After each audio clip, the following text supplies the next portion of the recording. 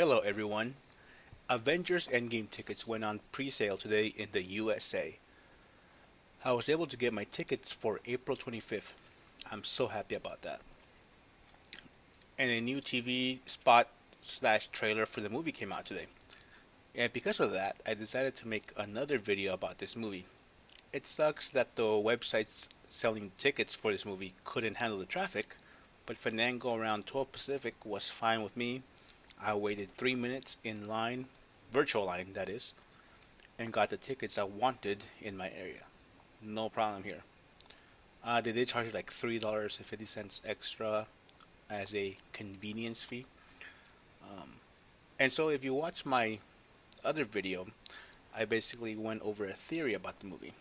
The theory was that Doctor Strange trapped Thanos in a time loop and it reset with Tony Stark's death, vis-a-vis Tom Cruise Edge of Tomorrow kind of deal, until the Avengers finally win. But what if this movie has no time travel? That's the whole premise of this video. What if this movie has no time travel at all? Or maybe time travel is not the solution. Maybe they do have time travel, but that's not how they reset things. After all, that would be very corny and would piss me off a little bit. Just like that X-Men movies, the X-Men movies did. Also, that stupid Nicolas Cage movie that pissed me off so much when I was like screw this guy. I'm not watching this. It just really pissed me off. You know which movie I'm talking about. I'm not gonna say the title. And at this point, it seems like lazy writing because so many other movies and TV shows have done that. So no, I don't think they're gonna do that. Well, I don't know, but what if, right?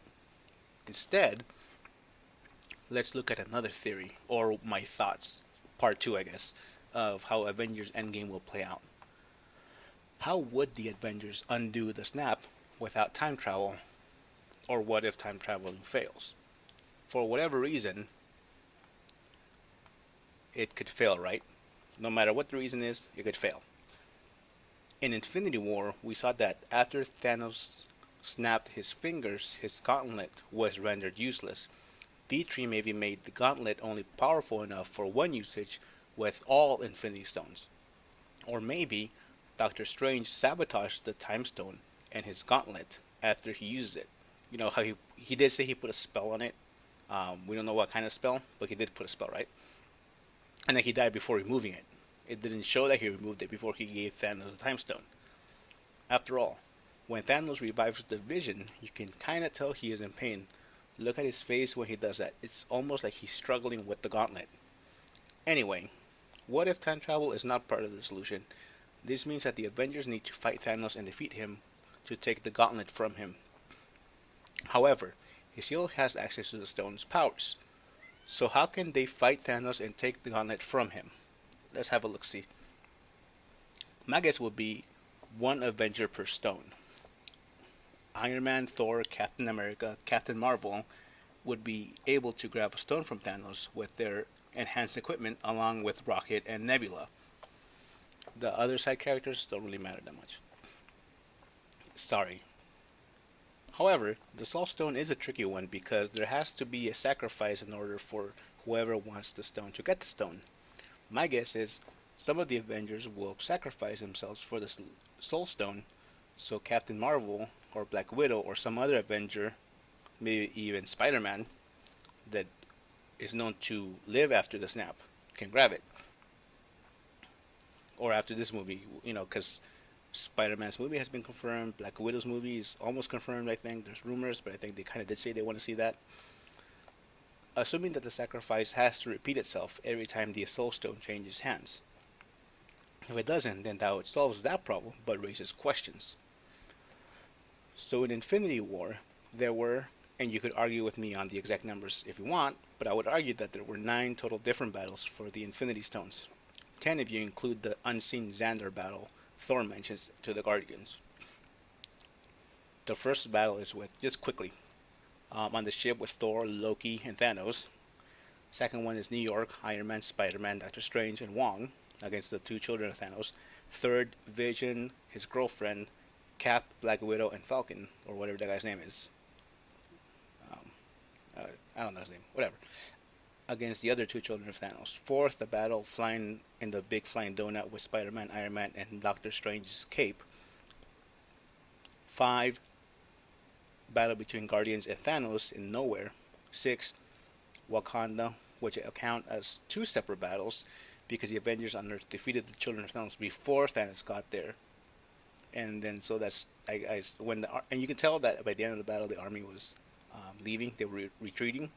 So that's the end of one battle when they killed the leaders and they were leaving. Thor, you can see Thor flying around.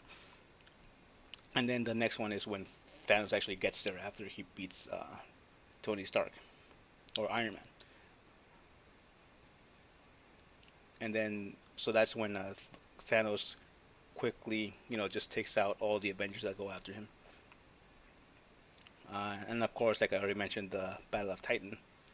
And maybe another battle you could say is between Nebula and Thanos before he sacrifices her. So, yeah. I think that in Endgame we'll see 6 independent battles, one for each stone.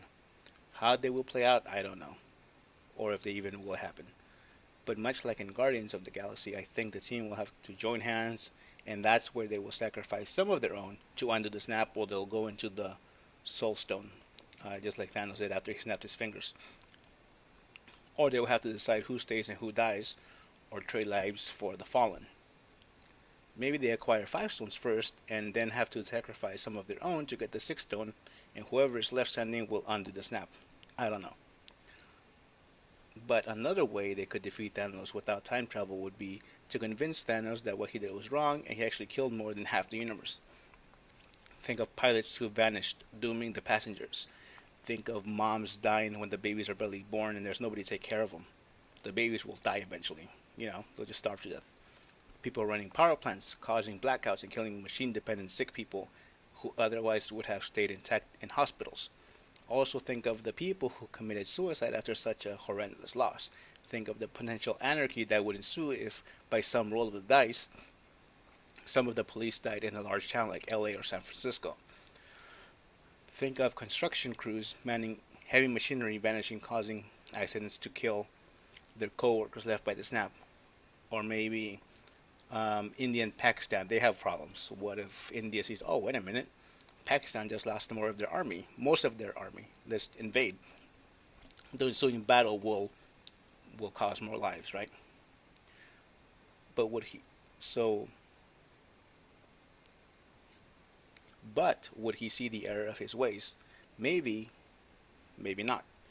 Maybe it'll be enough for him to see Gamora again, but then again, if she comes back and sees what he did, Thanos that is, or is capable of doing, would she still want to be with him, see him, talk to him?